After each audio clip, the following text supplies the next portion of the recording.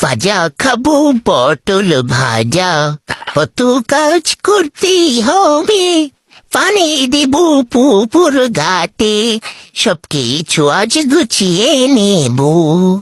তো গাইস, আমি আজকে পটল ভাজা করবো, তো সেই জন্যই সবকিছু এভাবে গুছিয়ে গাছিয়ে নিয়েছি। তো এখন কিন্তু আমি আজকের পটল ভাজাটা একটু স্পেশাল করে করবো, তাই আমি এখানে নিয়ে নিয়েছি বেসন। এখন আমি এখানে মশলা দিয়ে দেব। দিয়ে দিয়েছি প্রথমে হলুদ গুঁড়া, লবণ, মরিচ গুঁড়া, ধনিয়া গুঁড়া, তারপর দিয়ে দেব গোটা 1 চিমটি জিরা। ওইগুলো দিয়ে এখন আমি পানি দিয়ে একটা ব্যাটার তৈরি করে নেব। এই ব্যাটারের মধ্যে চুবিয়ে কিন্তু আজকে আমি পটল ভাজাটা করে নেব। ব্যাটারটা কিন্তু এরকম ভাবে গুলিয়ে নিতে হবে যেন বেশি ভারীও না থাকে, আবার বেশি পাতলাও না হয়ে যায়, সেদিকে কিন্তু খেয়াল রাখতে হবে।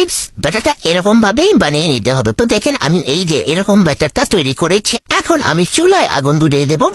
এখন দিয়ে দিচ্ছি কিছু কাঠের বসে এখানে দিয়ে দিয়েছি, তো লাখি দিয়ে দিলাম। এখন দিয়ে দেবো অল্প একটু কেরোসিন তেল দিয়ে। এভাবে আগুন ধরালে কিন্তু আগুনটা খুব সহজে ধরে যায় চুলার মধ্যে। তো কড়াই বসিয়ে দিলাম। এখন দিয়ে দেবো আমি সরিষার তেল। তো এই পটল ভাজা করার জন্য কিন্তু আজকে আমি সরিষার তেলটা ব্যবহার করতেছি। তো এখন আমি এই ব্যাটারের মধ্যে পটলটা চুবাইয়ে দিয়ে দিলাম আমি কড়ার মধ্যে। এখন কিন্তু সুন্দরভাবে হয়ে যাবে। ওরে আল্লাহ রে, দেখেন সরিষার তেলগুলো সব পড়ে যাচ্ছে। যখন একটু ভালোভাবে বলক আসছে তখন কিন্তু এই সরষের তেলগুলো কড়াই থেকে সব ভরিয়ে পড়ে গিয়েছে। তো যাই হোক, এভাবে করেই আমি পটলটাকে ভাজি করছি। তেলগুলো দেখেন সব খেয়ে ফেলেছে কড়াইয়ে। এখন পটলটাকে আমি উল্টিয়ে দিচ্ছি। উল্টিয়ে দিয়ে এখন ভাজা ভাজা করে নিয়েছি। আবার একটু তেল দিয়ে দেব, কারণ বাকি সাইডটা অত ভাজা হতে হবে। তো সরষের তেল এমন কেন খুলে পড়ে যায়, এরকম ফুলে পড়ে যায় এমন কেন? তো প্রথম পটল ভাজাটা কিন্তু হয়ে গিয়েছে। এখন আমি বাকি আবারও পটল দিয়ে দিয়েছি। তো এখন কিন্তু আবারও উল্টিয়ে দিচ্ছি। ওটা কিন্তু আর দেখেন নেই যে ওটা, হ্যাঁ। তো এভাবে করে কিন্তু আমি বাকি পটলটাও ভেজে নিচ্ছি।